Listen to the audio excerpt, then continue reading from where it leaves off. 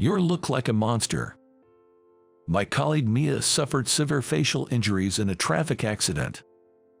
Our boss, Steve, threw harsh words at her. Steve's remark cut through her like a sharp knife, easily wounding a woman's heart. And it slashed through the last bit of Mia's composure.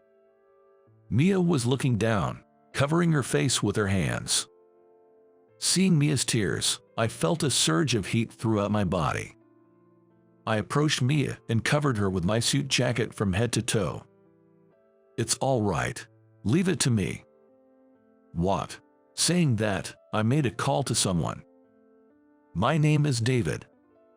I turned 33 this year. Born into a family of doctors, I was raised in a relatively affluent household. As a child, I was shy and extremely introverted. Even when I was taken to the park, I would always hide behind my mother. My strict father wanted me, the eldest son, to become a doctor and provided me with various forms of advanced education. However, none of them sparked my interest, and I failed to achieve the desired results. On the other hand, my brother, 3 years younger than me, was a prodigy like our father and kept delivering impressive results. Soon, my father's expectations shifted to my brother, allowing me to lead a more liberated life. Yet, I couldn't find anything I was passionate about and began to lead a self-indulgent life. Seeing my brother diligently studying to become a doctor made me feel a vague sense of frustration. As my father's attention focused more on my brother, I became increasingly cynical. The only person who loved me as I was my mother. "You just need to do your best in your own way. Don't worry about it. There are many fun things ahead. No need to rush. Everything will work out." My mother was optimistic and always managed to laugh off my troubles with "it'll be all right." Strangely, whenever my mother said it's okay, I felt like things would indeed be okay. Thanks to her, I was able to lead a vibrant and lively life every day. After graduating high school, I attended a local university. I never felt dissatisfied about not being expected to excel, nor did I have a strong desire to strive for anything. The only thing that caught my interest during my university years was computer programming. Even as an adult, I preferred staying indoors, spending most of my time programming in my room. Seeing me so engrossed, my mother was very happy that I had found something I was passionate about. My mother fell ill during my second year of university. Treatment began immediately, but she started suffering from the side effects of the medication. She lost her hair and was in and out of the hospital. My mother, who was always so energetic, began to spend more time sitting silently on the sofa at home. She was someone who rarely showed weakness, but just before she passed away, I heard her express her vulnerability for the first time. Why me? I wanted to live longer." She repeated this like a delirium. She had become thin, her cheeks hollowed, and her complexion was poor. She looked so different from the mother I knew that I found myself wanting to look away. About a year into her battle with illness, my mother passed away and went to heaven. She spent her last days in tears, enduring a sad and painful time. The sight of my mother suffering left a deep trauma in me. Several years later, having overcome the loss of my mother, I joined an IT company as a system engineer and continue to work as usual. "Good morning." Still slouching, I see. "Come on, stand up straight and face forward." Yeah, good morning." The one who greeted me energetically this morning was my colleague, Mia.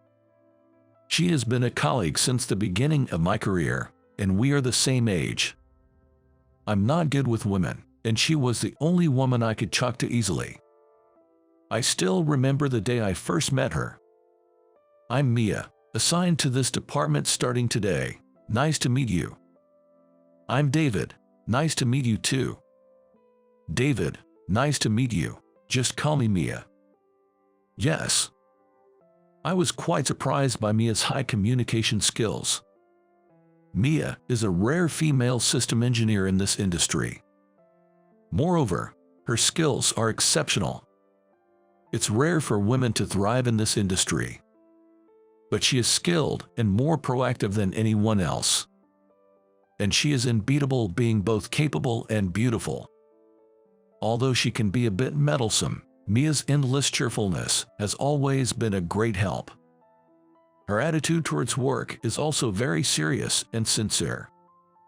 I would never say it to her face, but she was someone I respected. "Hey, listen, I heard Steve is going to be assigned here. I did hear that someone from outside was coming, and it turns out to be Max's son." Mia said this, making a face of disgust. And for good reason. Our executive vice president Max's son, Steve, was notorious for bad rumors. He is 3 years younger than us, and after graduating from college, he had been with our company briefly. However, upon joining, Steve, wielding his father Max's power, caused nothing but trouble. The climax was a major fallout with the department head at the time, which even led to physical altercation. He then disappeared from the company, being sent to an overseas branch in a way that seemed like vanishing into thin air. He was always surrounded by bad rumors. No one would be happy to welcome him. With a heavy heart, we headed to the morning assembly. Then, Max, who rarely visits, came to our department with a young man in tow. Striding confidently behind Max was his son, Steve. "From now on, I will entrust my son with the head of this department. He is the talent that will carry the company's future. Learn as much as you can from him." At Max's words, we exchanged glances. Looking around at everyone in the department, their expressions were indescribable. After Max finished speaking, Steve introduced himself in front of us. "With me here, this company will grow even larger. Believe in me and do your best." This self-introduction turned out to be a huge blunder, plummeting Steve's reputation within the sales department. This man was either extremely confident in himself or shamelessly thick-faced. Regardless of the situation, he never lost his superior attitude. It was terrible when he insisted on accompanying me to a meeting. "Can't you handle something as simple as this on your own?" In the middle of our meeting, he interjected with a condescending attitude. This led to the client getting infuriated and the contract breaking down. My credibility, built over years with that client, crumbled in an instant. "What have you done?" That client was a valuable one who had been using our system for many years. Even when confronted, Steve was nonchalant, showing no sign of taking any responsibility. Just because they've been a long-term partner doesn't mean anything if they're not bringing in money. Profit is what matters. This is why I hate incompetence. Steve insisted he was right and shifted the blame, leaving me almost speechless. "Don't joke around. I've worked hard to gain that client's trust. It was your remark that wasted all our efforts. What, are you going to stand up to me? You know I can easily fire you, right?" I clenched my teeth hard. The frustration of not seeing my years of effort pay off was immeasurable. Having lost my mother, achieving results at work had become my sole purpose in life. This added to my frustration. I couldn't possibly work with such an irresponsible person. Despite being the boss, he had ruined a crucial client relationship, and I never wanted to deal with him again. But Steve's tyranny didn't stop there. Although unfamiliar with complex documents and administrative procedures, he wouldn't ask us for help due to his pride, even though he should have. When he delivered documents containing critical personal information of a client to the wrong company, it nearly led to a disaster. We apologized to the other party and managed to avert a crisis, but it could have easily threatened the company's existence. "It's your fault, my subordinates, for not being attentive enough. I just did what I was told." Even though the situation didn't escalate, it was an unforgivable mistake, yet Steve claimed he had no responsibility. It wasn't just me who was at the end of my patience. Mia felt the same way. That day, we ended up going out for drinks on short notice, venting our frustrations about Steve as if to clear the air. Mia seemed to share my feelings, troubled by Steve's daily work attitude. I've been thinking the same. I accompanied him to a meeting recently, and it was tough because he spoke down to the client and us. So it wasn't just us. It's unacceptable to inconvenience our clients like this. I felt relieved knowing Mia shared my sentiments. But there wasn't much we could do, so we just vented our frustrations that day and parted ways. The next day, Mia started to counter Steve with a firm attitude. If you claim to have no faults, then please complete at least one task without relying on us at all. We will not interfere with your work. Mia's statement was completely reasonable, and Steve couldn't counter it with his usual excuses. The department erupted in applause, leaving Steve completely isolated. Embarrassed in front of everyone, Steve seemed frustrated. Mia was right. We weren't here to clean up Steve's messes. Mia, who spoke on our behalf, was admirable. However, Steve, humiliated by the incident, harbored resentment towards Mia. You'll see someday. I'll make sure to pay back this debt someday. Mumbling complaints, he returned to his desk. Thanks to Mia's straightforward and clear words, Steve became subdued. This allowed us to carry out our daily tasks without issues. Other employees were grateful to Mia, and John, the manager who suffered the most, was so happy he cried. I, too, was relieved to see Steve quiet down. Just when I thought peace had returned, something happened. Mia, who had accompanied Steve on a sales visit that day, unfortunately got involved in an accident. It was a major accident involving several cars, and Mia was rushed to the hospital and admitted. Steve was unharmed and bragged about it the next day at work. I was fine. If Mia had driven better, we wouldn't have had the accident. They should be more competent before acting so high and mighty. I couldn't help but retort to Steve's spiteful comments. Isn't that an inappropriate thing to say? Weren't you concerned, being at the scene together? Please don't say anything that would sadden Mia when she returns. Though I counted Steve's bad-mouthing Mia, he just smirked creepily.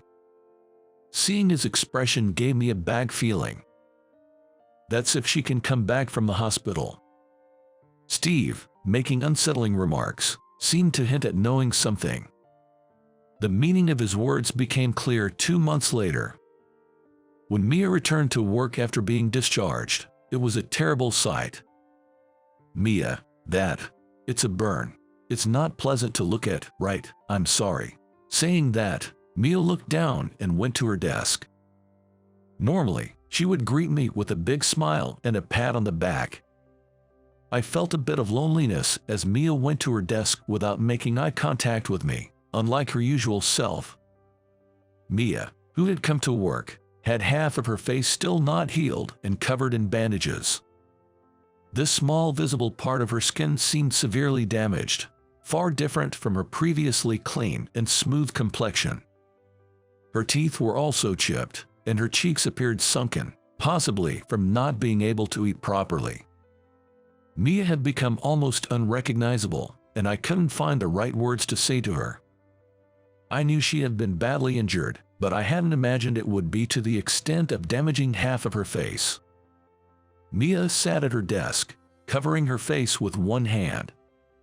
Sensing the mood, no one in the sales department tried to start a conversation. As a heavy silence fell, Steve's loud laughter echoed.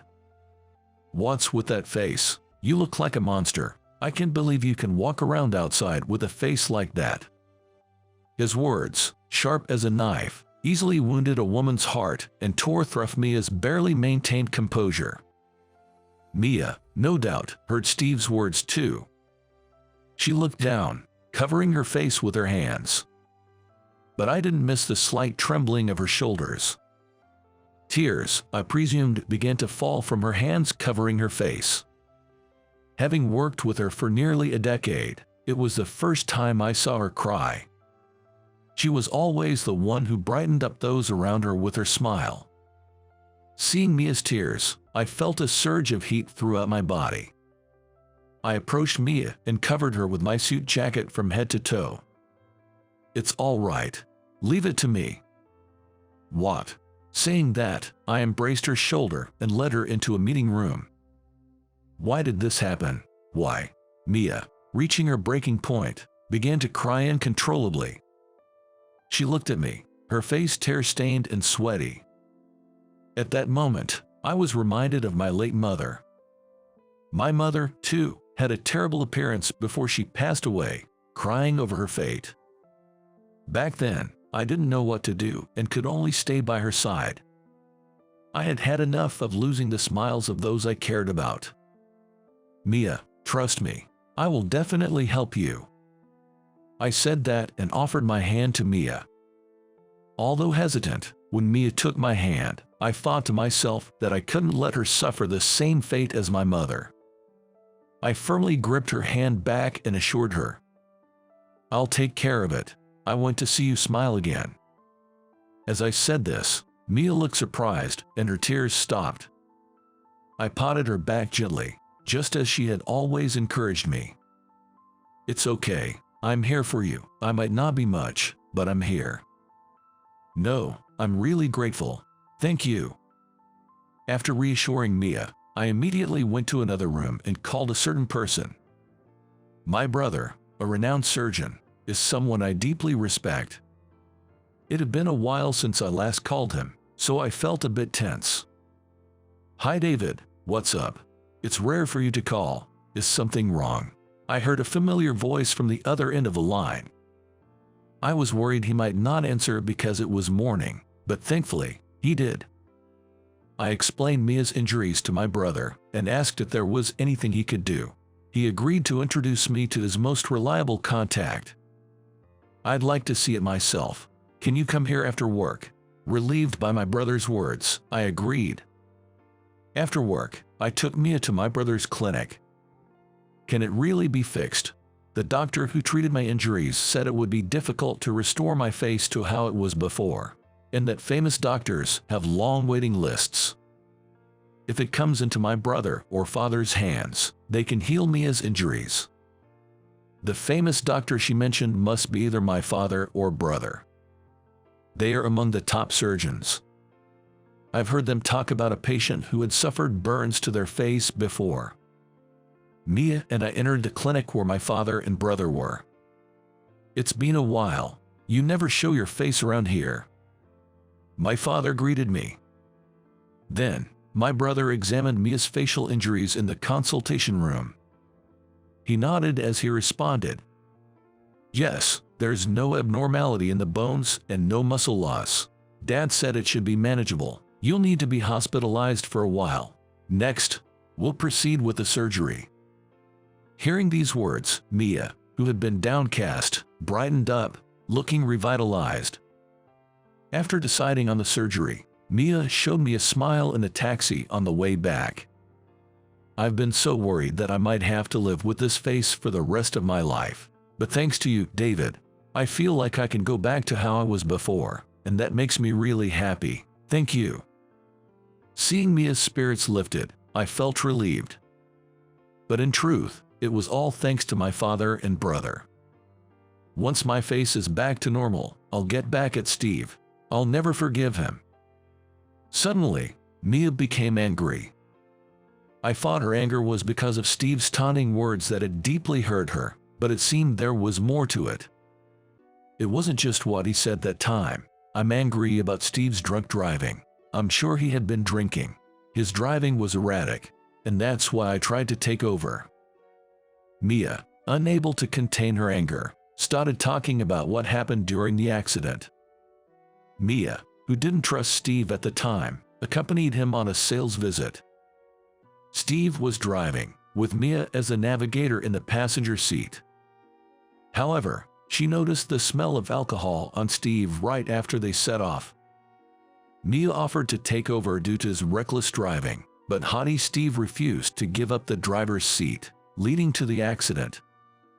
I'm sure he was drunk. Sometimes, I even smell alcohol on him at work. Steve commutes by car to work. If that's true, it could be a serious issue. I decided to confront Steve about it immediately. The next day, I asked him again about the accident. Mia was supposed to have surgery but decided to take more time off work for illness. Steve seemed overly pleased by Mia's absence, appearing in high spirits from the morning. I was just a passenger in Mia's car. Her driving was so rough. We collided with a car that suddenly came into our lane. Well, considering her usual behavior, it's probably her fault. As I suspected, Steve was lying. According to Mia, Steve was the one driving. Yet, Steve insisted that Mia was driving, which felt off to me. I headed straight to a room in the company. It was the surveillance room. Usually unmanned, this room records footage from security cameras located throughout the office. After work, I went there, completed the necessary procedures, and started searching through the surveillance footage. I found irrefutable evidence. My actions from then on were swift. I moved in secrecy, visiting Mia in her hospital room without telling anyone. Mia was recovering well, and while she might not return entirely to her previous state, she looked much better. For the first time, I felt grateful to have such a capable brother. When everything was in place, I came up with a plan to trap Steve. The next day, as Steve was about to leave as usual, the moment he started the car, police officers emerged from the shadows, surrounding his car. Steve, surprised by the sudden appearance of the officers, seemed flustered. As the officers slowly surrounded the car, Steve rolled down the window to inquire about the situation. One of the officers responded, "I'm sorry to bother you, but it's Traffic Safety Week, and we're conducting alcohol checks just to be safe. Would you mind cooperating?" Hearing this, Steve's face instantly turned pale. Suddenly trembling, Steve couldn't give a clear response. Well, of course not. I don't drink during work hours."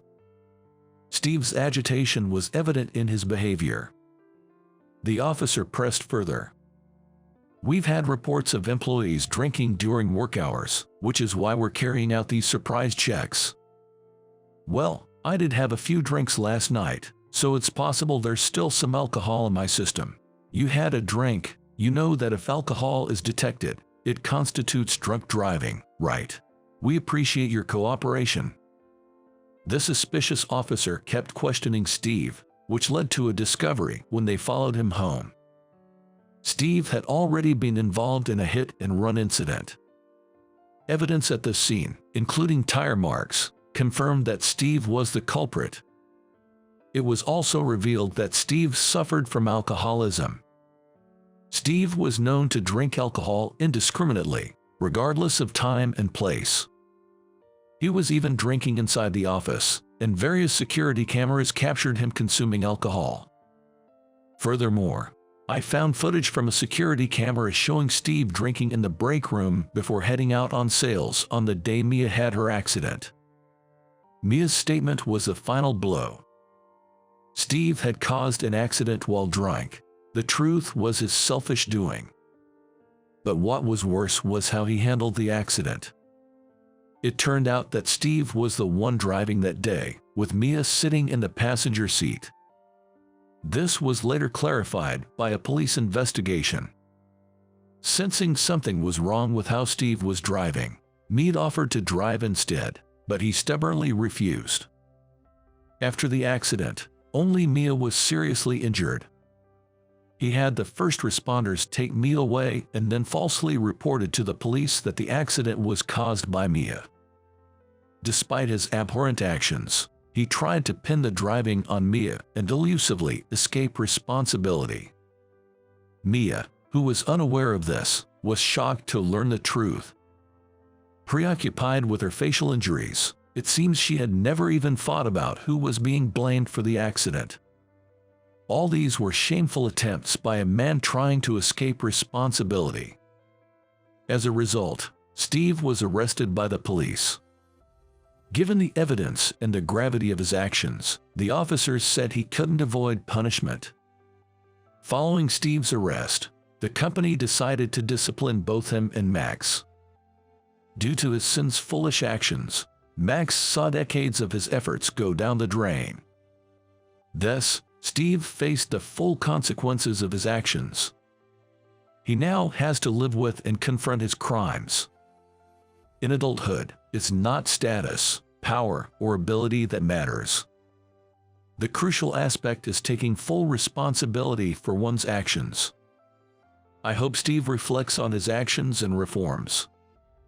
Afterward, Mia's face almost completely returned to normal, and she was fully rejuvenated. I'm overjoyed to see her smile again. David, you're a lifesaver. Thank you. I owe you one. It's nothing. I just did what anyone would. Mia thanked me, but I felt awkward and couldn't fully express my joy. The credit for restoring her face goes to my father and brother. I merely contacted my brother. I hadn't done anything else. Moreover, since that incident, I've been in touch more frequently with my father and brother, and we've even planned to have dinner together. I should be the one thanking Mia.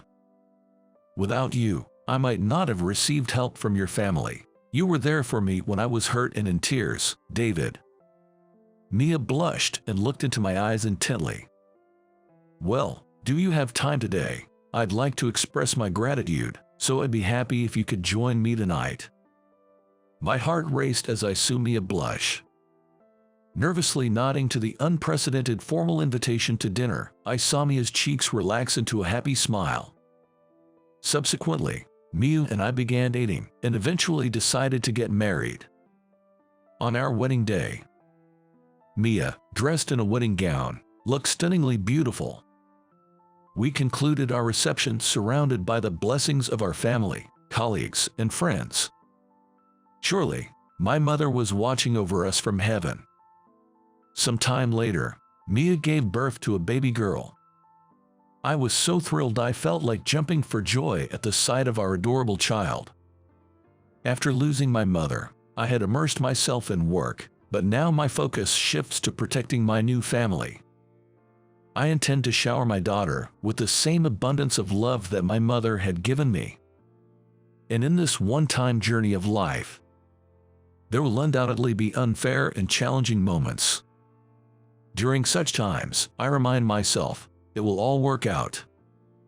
Remembering my mother's words, I continue to live each day with my beloved family.